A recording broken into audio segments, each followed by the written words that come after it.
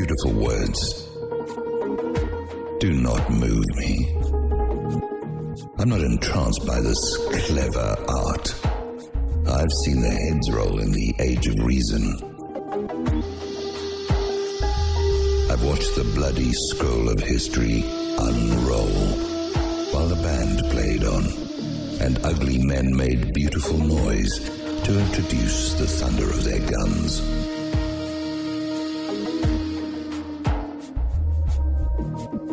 There is no greater coward than the one who slipped by privilege past the front to orchestrate from the sidelines what he could not accomplish himself, whose skin was too precious to risk, and wrapped in the cloak of God-renting sanctimony, this shrinking nightshade, this empty suit, with the pomp of the preening jackal, dines on the awful cries of the dying.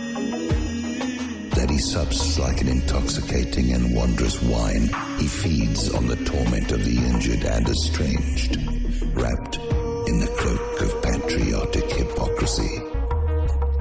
He gestures at the battlefield from which democracy will be ripped stillborn from the blasted body of her dead mother. The still greater crime of previous event.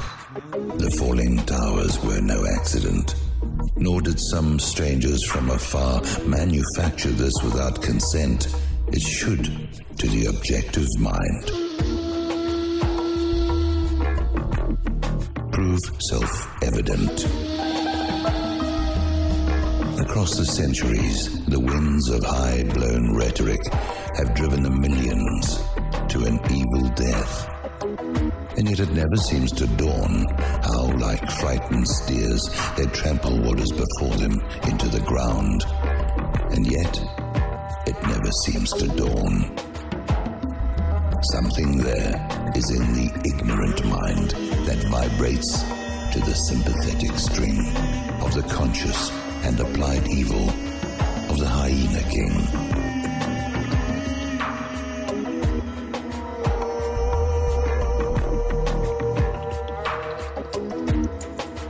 Something resonates.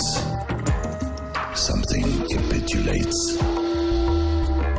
Something rises as something descends, and all that is decent and good, all that would bring forth a greater brotherhood, must run to the cover of the invisible wings, while a murder of crows blackens the sky, and smoking ruins like new buildings are transformed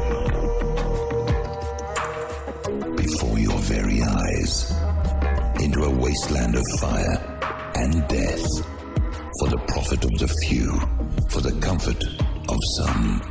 The usual business will go on. It seems that this must be, though we have waited with insufficient hope.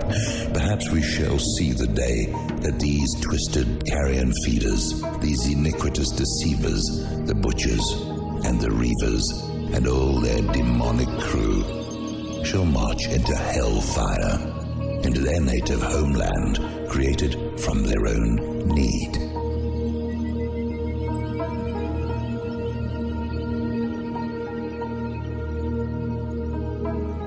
And the door will close upon the echo of all their beautiful words.